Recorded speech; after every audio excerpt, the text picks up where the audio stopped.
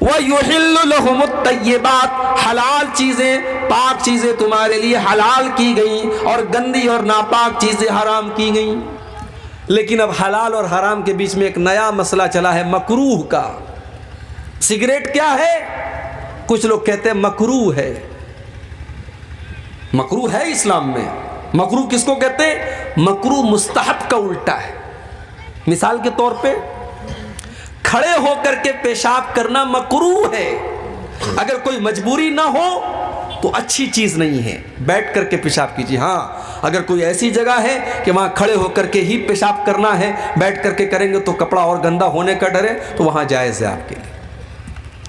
مسجد میں داخل ہونے کے ٹائم داہنا پاؤں اندر ڈالنا یہ مستحب ہے۔ مسجد سے نکلنے کے ٹائم بایاں پاؤں پہلے نکالنا مستحب ہے۔ اب اسی کا الٹا آپ کریں تو یہ مکروہ ہے۔ مکروہ حرام اور حلال کے بیچ کی کوئی چیز نہیں ہے میرے بھائی۔ سگریٹ کا مسئلہ آیا ہے، بیڑی کا مسئلہ آیا، تمباکو کا مسئلہ آیا، کچھ لوگوں نے اپنا الو سیدھا کرنے کے لیے کہہ دیا مکروہ ہے۔ ہم نے کہا مکروہ کیسے ہو گیا؟ بولے قرآن میں کہاں لکھا ہے کہ سگریٹ حرام ہے؟ حدیث میں کہاں لکھا ہے سگریٹ حرام ہے؟ میں نے کہا قرآن میں نہیں لکھا ہے کہ سگریٹ حرام ہے، مگر کیا قرآن میں یہ نہیں لکھا ہے وَلَا تُلْقُوا بِأَيْدِيكُمْ إِلَى التَّهْلُكَةِ، اپنے آپ کو ہلاکت میں نہ ڈالو، آتم ہتیا نہ کرو، خودکشی نہ کرو۔ سگریٹ پینے والا اپنے آپ کو بھی ہلاکت میں ڈال رہا ہے، اور جتنے لوگوں تک اس کا دھواں پہنچ رہا ہے وہ سب کو کینسر کا اور دمے کی بیماری میں ڈال رہا ہے۔ اور سب سے بڑی بات یہ ہے، بیڑی پینے والا مسجد میں جب آپ کے بغل میں کھڑا ہوتا ہے تو وہ 3-4 آدمی کے بعد بھی اگر وہ کھڑا ہوگا تو آپ کو بدبو آ جائے گی کہ کوئی سگریٹ اور بیڑی پینے والا آپ کے بغل میں کھڑا ہے۔ جب اللہ کے نبی نے یہ فرمایا کہ لہسن اور پیاز، کچا لہسن اور کچی پیاز کھا کر کے کوئی مسجد میں نہ آئے کیونکہ فرشتوں کو اس سے تکلیف ہوتی ہے، میرے بھائیوں اگر فرشتوں کو کچے پیاز اور کچی لہسن کی مہک سے تکلیف ہو سکتی ہے تو بیڑی اور سگریٹ کی مہک تو اس سے زیادہ بری ہوتی ہے۔ کیا فرشتوں کو اس سے تکلیف نہیں ہوتی ہوگی؟ ہم نے اپنے مطلب کے لیے مکروہ قرار دے دیا۔ حرام ہے یہ سگریٹ، حرام ہے یہ بیڑی اور حرام ہے یہ تمباکو۔ میرے پیارے ساتھیوں، ہر وہ چیز جو آپ کے بدن کو، آپ کے شریر کو، آپ کے اخلاق کو، آپ کے مال کو برباد کرے، وہ چیز شریعت کے اندر حرام ہے۔ بیچ کا راستہ مت نکالیے۔ وَيُحِلُّ لَهُمُ الطَّيِّبَاتِ، ہم نے تم کو وہ نبی دیا ہے جو پاک چیزوں کو تمہارے لیے حلال کرتے ہیں اور ناپاک چیزوں کو تمہارے لیے حرام کرتے ہیں۔ کبھی کبھی ایسا بھی ہوا، ایک جانور اللہ کے نبی کے دور میں ملتا تھا، گوہ نام تھا اس کا، عربی میں اس کو زبن بولتے ہیں۔ گو کا جانور حلال تھا مگر اللہ کے نبی کو پسند نہیں تھا۔ آپ کے سامنے گو کا گوشت آیا، آپ نے کہا کون سے جانور کا گوشت ہے؟ بتایا گیا گو کا گوشت ہے۔ آپ نے کہا میں نہیں کھاتا، مجھے پسند نہیں ہے، تمہیں کھانا ہو تم کھا لو۔ آپ نے جائز تو قرار دیا مگر آپ کی اپنی طبیعت کو وہ پسند نہیں تھا، اس لیے شریعت کے مسئلے کے حساب سے گو کا جانور حلال ہے، کھا سکتے ہیں۔ تو شریعت میں تمام پاکیزہ چیزیں حلال ہیں اور تمام پاکیزہ چیزیں حرام ہیں۔ اور آگے بڑھیے، وَيَزَوْ عَنْهُمْ إِسْرَهُمْ وَالْأَغْلَالَ الَّتِي كَانَتْ عَلَيْهِمْ، اور میرے نبی نے ان بوجھوں کو، ان رسم و رواج کی ان زنجیروں کو تم سے ہٹا دیا جو تمہارے اوپر تھیں۔ بہت ساری رسم و رواج تھی جس کو اللہ کے نبی نے ختم کیا۔ میری پیاری ماں بہنوں، کتنے قبیلے عرب کے اندر ایسے تھے جن کے درمیان اگر بیٹی پیدا ہو جاتی تھی تو وہ اس کو کلنک مانتے تھے، بیٹی کی پرورش کو وہ بہت بڑا کلنک مانتے تھے۔ بیٹی پیدا ہونے کے بعد بیٹی کو اپنے ہاتھوں سے وہ زندہ زمین میں گاڑ دیا کرتے تھے، دفن کر دیا کرتے تھے۔ یہ رسم بھی ان کے درمیان پائی جاتی تھی۔ اللہ نے قرآن میں نقشہ کھینچا، وَإِذَا بشرا احدهم بالانثى ظل وجهه مسودا وهو كظيم، جب ان کے گھر میں بیٹی کی پیدائش ہوتی ہے تو باپ کا چہرہ کالا پڑ جاتا ہے، یتوارا من القوم من سوء ما بشر به، باپ اپنا چہرہ اپنی قوم سے چھپاتا ہے، ایمسکه علی ہون ام یدسه فی التراب، وہ سوچ میں پڑ جاتا ہے کہ کیا کروں، اگر بیٹی کی پرورش کرتا ہوں تو سماج میں ذلت اور رسوائی اٹھانی پڑے گی، اور دوسرا راستہ یہ ہے کہ بیٹی کو زندہ زمین میں گاڑ دوں۔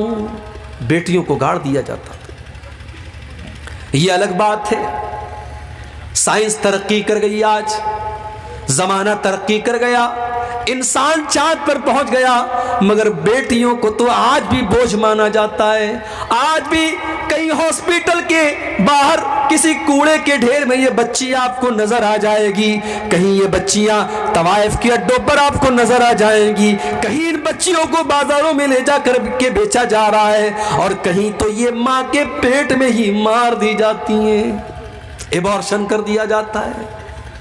وہ لوگوں کبھی موقع ملے تو یوٹیوب کے اوپر ایبارشن کا ویڈیو دیکھ لینا، وہ لوگ تو بہت بے رحم تھے، وہ بیٹیوں کو پیدا ہونے کے بعد اپنی بیٹیوں کو قتل کر دیتے۔ آج کا انسان تو اتنا بے رحم ہو چکا ہے کہ وہ تو ماں کے پیٹ میں ہی بیٹیوں کو قتل کر دیتا ہے۔ ایبارشن کا ویڈیو آپ دیکھیے، اس معصوم بچے کو جو ماں کے پیٹ میں ہے، اور الٹرا ساؤنڈ کے ذریعے صرف اتنا بتا دیا گیا کہ آپ کو بیٹی ہونے والی ہے۔ باپ کہتا ہے ڈاکٹر سے، ماں کہتی ہے ڈاکٹر سے مجھے بیٹی نہیں چاہیے، نہیں چاہیے مجھے یہ بوجھ، میرے پاس آلریڈی تین بیٹیاں ہیں، مجھے تو بیٹا چاہیے تھا، مجھے ایک اور بوجھ نہیں چاہیے۔ وہ ڈاکٹر سے کہتا ہے میں اسے صاف کرنا چاہتا ہوں، ختم کرنا چاہتا ہوں۔ ڈاکٹر ایبارشن کرتا ہے۔ وہ لوگوں ایبارشن کے ذریعے، اس دوا کے ذریعے، وہ معصوم بچہ جو ابھی پوری طریقے سے بنا بھی نہیں ہے ماں کے پیٹ میں، اس بچے کے ٹکڑے ٹکڑے کر دیے جاتے ہیں، اس کے ہاتھ پیر توڑ دیے جاتے ہیں، اس کے بدن کی بوٹی بوٹی نوچ کر کے اس کو ماں کے پیٹ میں مار دیا جاتا ہے۔ یہ آج کے دور کا پڑھا لکھا انسان کر رہا ہے، یہ آج کے دور کا مہذب انسان کر رہا ہے، یہ آج کے دور کا ترقی یافتہ انسان کر رہا ہے۔ ارے ہم سے اچھے تو وہ لوگ تھے، وہ کم سے کم اپنی بیٹیوں کو پیدا تو ہونے دیتے تھے، وہ دنیا کی شکل دیکھنے تو دیتے تھے۔ ہم تو اتنے بے رحم ہو گئے، ہم نے ماں کے پیٹ میں ہی بچیوں کو قتل کر ڈالا۔ حساب دینا پڑے گا قیامت کے دن۔ وَإِذَا الْمَوْءُودَةُ سُئِلَتْ بِأَيِّ ذَنبٍ قُتِلَتْ، کل قیامت کے دن اس معصوم بچی سے پوچھا جائے گا تیرے ماتا پتا نے، تیرے ماں باپ نے تجھے کس جرم کی سزا دی، کیوں تجھے قتل کیا؟ نبی اکرم کے پاس ایک صحابی آتے ہیں، صحیح ابن حبان کی صحیح روایت ہے، ایک صحابی آتے ہیں، اے اللہ کے نبی، اسلام لانے کے پہلے میں نے بہت سارے پاپ کیے، میں نے بہت سارے گناہ کیے، مگر ایک پاپ مجھے اپنا بار بار یاد آتا ہے۔ کون سا پاپ تم نے کیا؟ اے اللہ کے نبی، ان لی کانت لی ابنتن، میری ایک بیٹی تھی، میں اس سے بہت پیار کرتا تھا، اور میں جیسے اس کا نام لیتا تھا وہ یا ابتی یا بتی، ابا جان کہہ کر کے دوڑی دوڑی میرے پاس آ جاتی تھی۔ قوم کے لوگ مجھے تانا مار رہے تھے، تم غلط کر رہے ہو، تم سماج کے خلاف جا رہے ہو، تم بیٹی کی پرورش کر رہے ہو، تم بیٹی کو پال رہے ہو۔ اے اللہ کے نبی، میں سماج کے تانے سن سن کر کے تنگ آ گیا۔ ایک دن میں نے بیٹی کو بلایا، ہاں یہ بیٹی ہی تو ہے جو باپ کے ایک بار بلانے پر دوڑی دوڑی چلی آتی ہے، شادی کے بعد بھی اپنے مائکے میں رہتی ہے، ماں کا فون جاتا ہے تیرے ابو کی طبیعت بڑی خراب ہے، بیٹی اپنے سسرال میں اپنے سارے کام دھام چھوڑ کر کے اپنے بیمار باپ کو دیکھنے آ جاتی ہے، اور وہ بیٹا جس کے پیدا ہونے پر باپ نے بڑی مٹھائیاں بانٹی تھی، وہ بیٹا اپنے باپ کو دم توڑتے ہوئے دیکھ کر کے بھی اپنے کام میں لگا رہتا ہے، اسے اپنے باپ کی حال چال لینے کی فکر بھی نہیں ہے۔ او لوگو، تم نے بیٹیوں کے اوپر بیٹوں کو ترجیح دی ہے، تم نے بیٹوں کو مقدم کیا ہے، لیکن سماج کی حقیقت یہ کہ بیٹیاں اپنے ماں باپ سے زیادہ پیار کرتی ہیں۔ صحابی کہتے ہیں اللہ کے نبی، میں نے بیٹی کو آواز دی، وہ دوڑی دوڑی میرے پاس آئی، میں نے اس کا ہاتھ پکڑا، گھر کے باہر لے کے گیا، کچھ دور گیا، کچھ فاصلے پر گیا، ایک کنویں کے پاس پہنچا اور میں نے اپنی بیٹی کو اس کنویں کے اندر دھکا دے دیا۔ اور جب میں نے اپنی بیٹی کو اس کنویں کے اندر دھکا دیا، آخری لفظ جو بیٹی کی زبان سے نکلا وہ کہہ رہی تھی یا ابتی یا ابتی، اے ابا جان، اے ابا جان، گویا کہ وہ مجھ سے سوال کر رہی تھی، اے ابا جان اس معصوم کی خطا کیا ہے، اس معصوم کی غلطی کیا ہے، کس جرم کی سزا اپنی بیٹی کو دے رہے ہو۔ اے اللہ کے نبی، آج بھی اپنی اس بیٹی کا یہ جملہ آج بھی میرے کان میں گونجتا ہے، وہ جب یا ابتی کہہ کر کے اس دنیا سے گئی تھی، وہ آواز آج بھی میرے کانوں میں گونجتی ہے۔ صحابی یہ بیان کرتے ہیں، آنکھوں سے آنسو بہ رہے اور اللہ کے پیارے نبی کی آنکھوں سے بھی آنسو بہ رہے، اللہ کے نبی بھی رو رہے۔ صحابہ کہتے تو نے اللہ کے نبی کو غمگین کر دیا، تو نے اللہ کے نبی کو دکھی کر دیا۔ اللہ کے پیارے نبی صلی اللہ علیہ وسلم فرماتے ہیں نہیں کوئی بات نہیں، انہوں نے تو اپنے دل کی بات بیان کی ہے، ان کو بیان کرنے دو۔ پھر اللہ کے پیارے نبی اپنے صحابی سے کہتے ہو میرے پیارے صحابی، اسلام لانے کے بعد تم نے پچھلے جتنے گناہ کیے اللہ نے سارے کے سارے گناہوں کو معاف کر دیا ہے۔ جب تم نے سچی توبہ کر لی، تم اسلام لے آئے تو پچھلے سارے پاپ تمہارے معاف ہو گئے۔ میرے نبی ان رسم و رواج کو توڑنے کے لیے آئے تھے۔ ہم اور آپ رسم و رواج کو توڑ نہیں رہے ہیں، رسم و رواج کو نبھا رہے ہیں میرے بھائیوں۔ یہی شیرسابادی قوم ہے، ماشاءاللہ 99% اہل حدیث قوم ہے، لیکن آج ہماری قوم کے اندر بھی جہیز کا لین دین ہوتا ہے کہ نہیں ہوتا ہے؟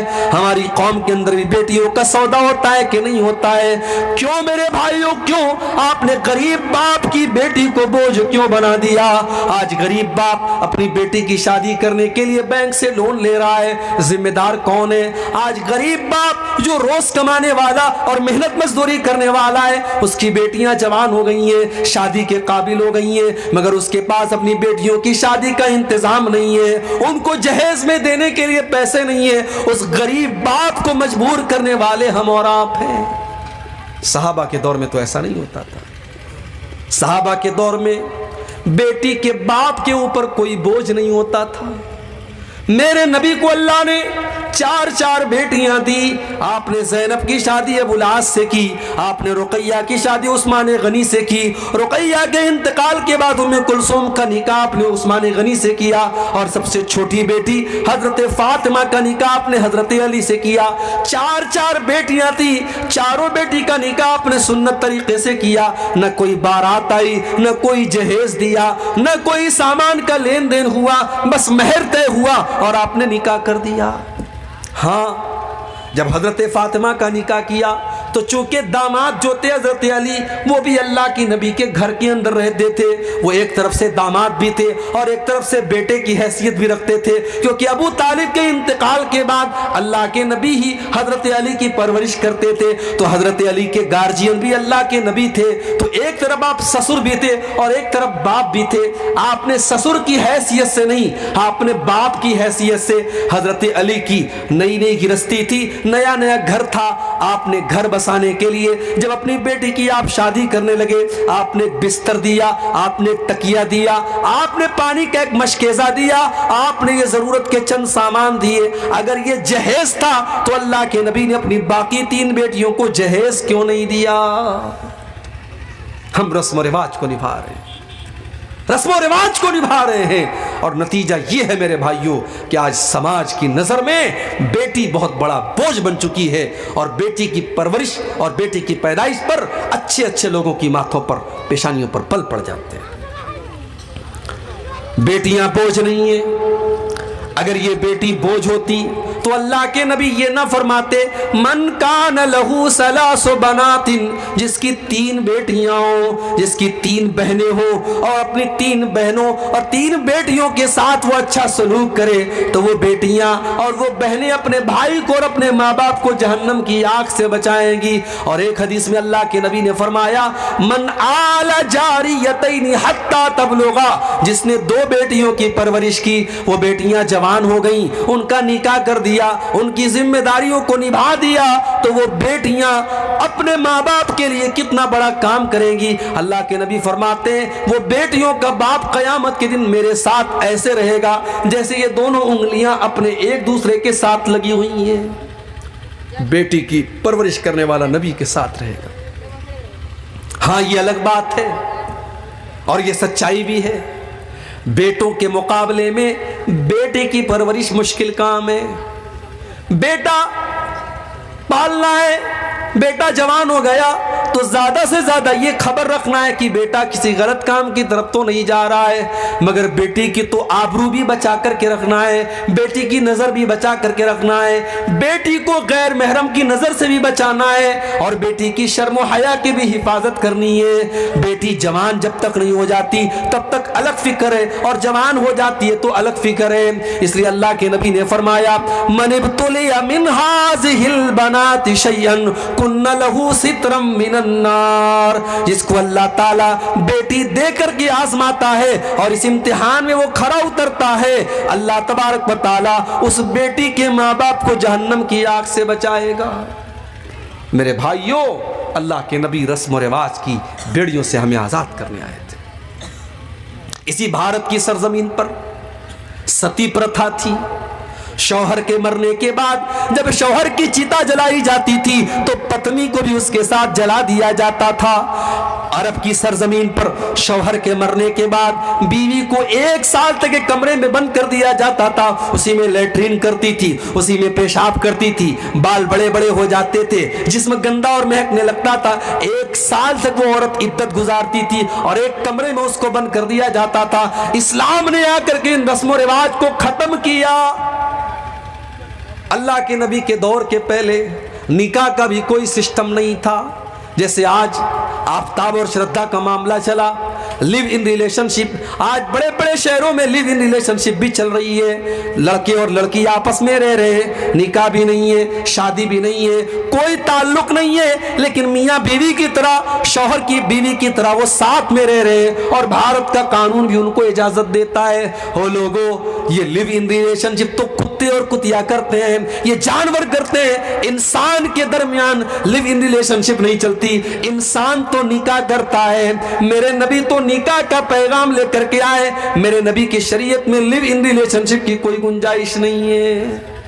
آپ نے نکاح کا حکم دیا ہے, اور آپ نے یہاں تک فرمایا لم ترا للمتحابین مثل النکاح, نکاح کے جیسی دو لوگوں کے درمیان محبت پیدا کرنے والی کوئی چیز نہیں ہے. جو محبت نکاح کے ذریعے پیدا ہوتی ہے وہ محبت دنیا میں کہیں پیدا نہیں ہو سکتی, کیونکہ یہ سچی محبت ہوتی ہے. یہ کسی ہوٹل میں, کسی پارک میں, کسی ریسٹورنٹ میں پیدا نہیں ہوتی. یہ اللہ کے کلام کی بنیاد پر جو نکاح کے ذریعے جو محبت پیدا ہوتی ہے, اٹوٹ محبت ہوتی ہے, سچی محبت ہوتی ہے.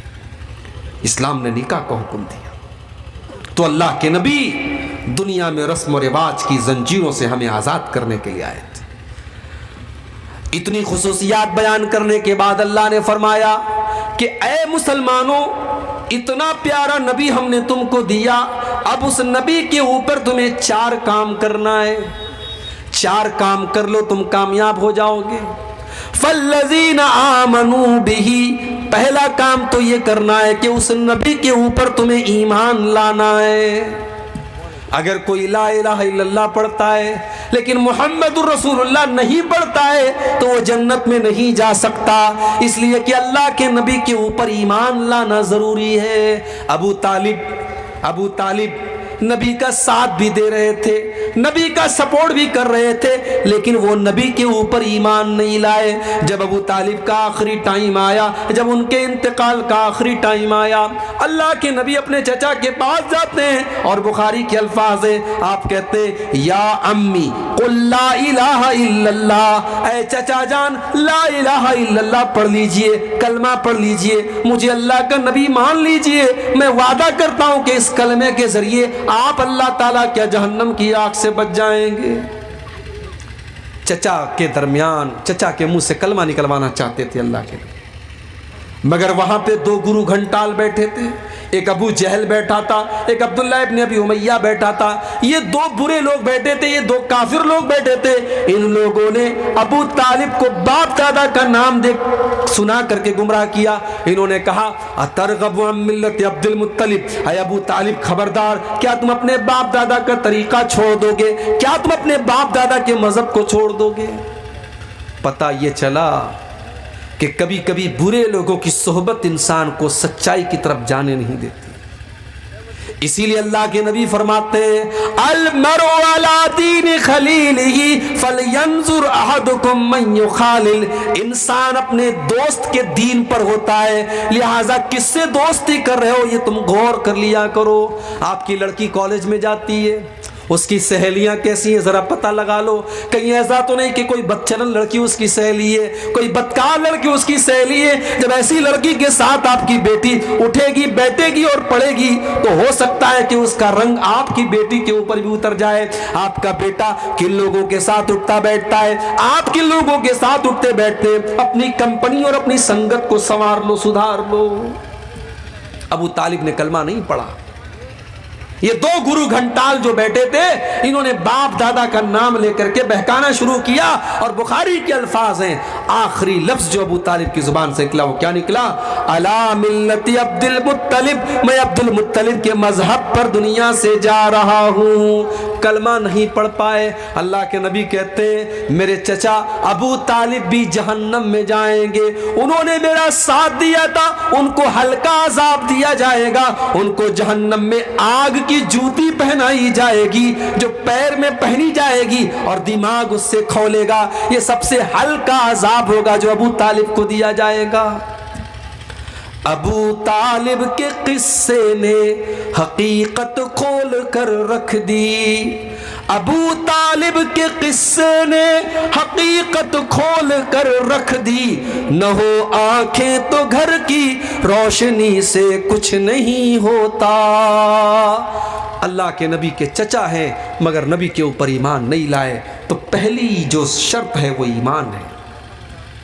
ہمارے یو پی کے اندر ایک جگہ ہے فتح پور، الہ آباد اور کانپور کے بیچ میں ایک جگہ ہے فتح پور. وہاں کے ایک بہت بڑے سوامی جی ہیں. سوامی جی کا نام ہے سوامی لکشمی شنکراچاریہ. بڑے بڑے جلسوں میں ان کو بلایا جاتا ہے، فلائٹ کا ٹکٹ دے کر کے، ہزاروں لاکھوں کی رقم دے کر کے مسلمان ان کو جلسوں میں بلاتے ہیں. سوامی جی جلسے میں آتے ہیں، بڑی اچھی تقریر کرتے ہیں، اللہ کے نبی کی تعریف کرتے ہیں.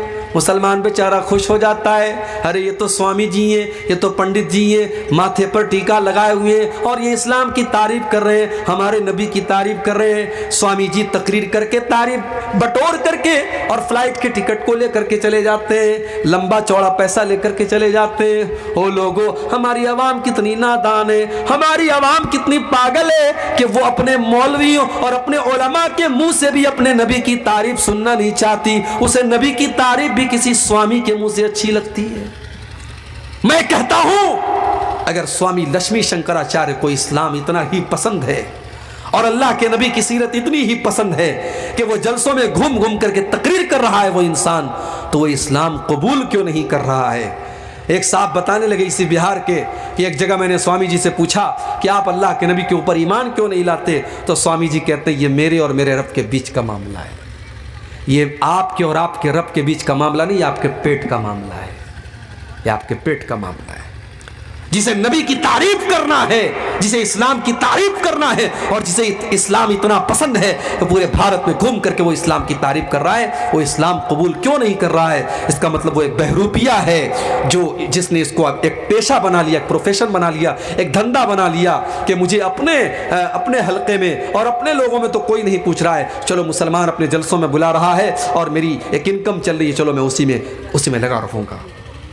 تو نبی پر ایمان لانا یہ شرط ہے میرے بھائی.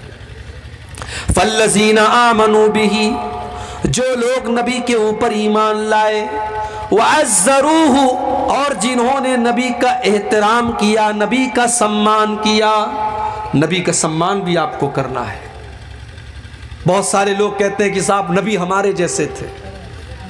ہمارے بہت سارے دوسرے بھائی کہتے ہیں کہ یہ اہل حدیث لوگ نبی کو اپنے جیسا بولتے ہیں. سن لو، جو نبی کو اپنے جیسا مانتا وہ اہل حدیث نہیں ہے۔ اللہ کی قسم نبی ہمارے جیسے نہیں تھے، نبی انسان تھے مگر ہمارے جیسے نہیں تھے۔ ہم جب سو جاتے ہیں ہماری آنکھیں بھی سو جاتی ہیں، ہمارا دل بھی سو جاتا ہے۔ اللہ کے نبی فرماتے جب میں سوتا ہوں تنام عینی ولا ینام قلبی، میری آنکھیں سوتی ہیں مگر میرا دل نہیں سوتا، دل نہیں سوتا ہے، آنکھیں سوتی ہیں۔ اللہ کے نبی نماز پڑھا رہے ہیں، صحابہ سے کہتے ہیں اپنی صفیں سیدھی کر لو، فإنی انظر من ورائی، میں اپنے پیچھے بھی دیکھتا ہوں، پیچھے بھی دیکھتا ہوں۔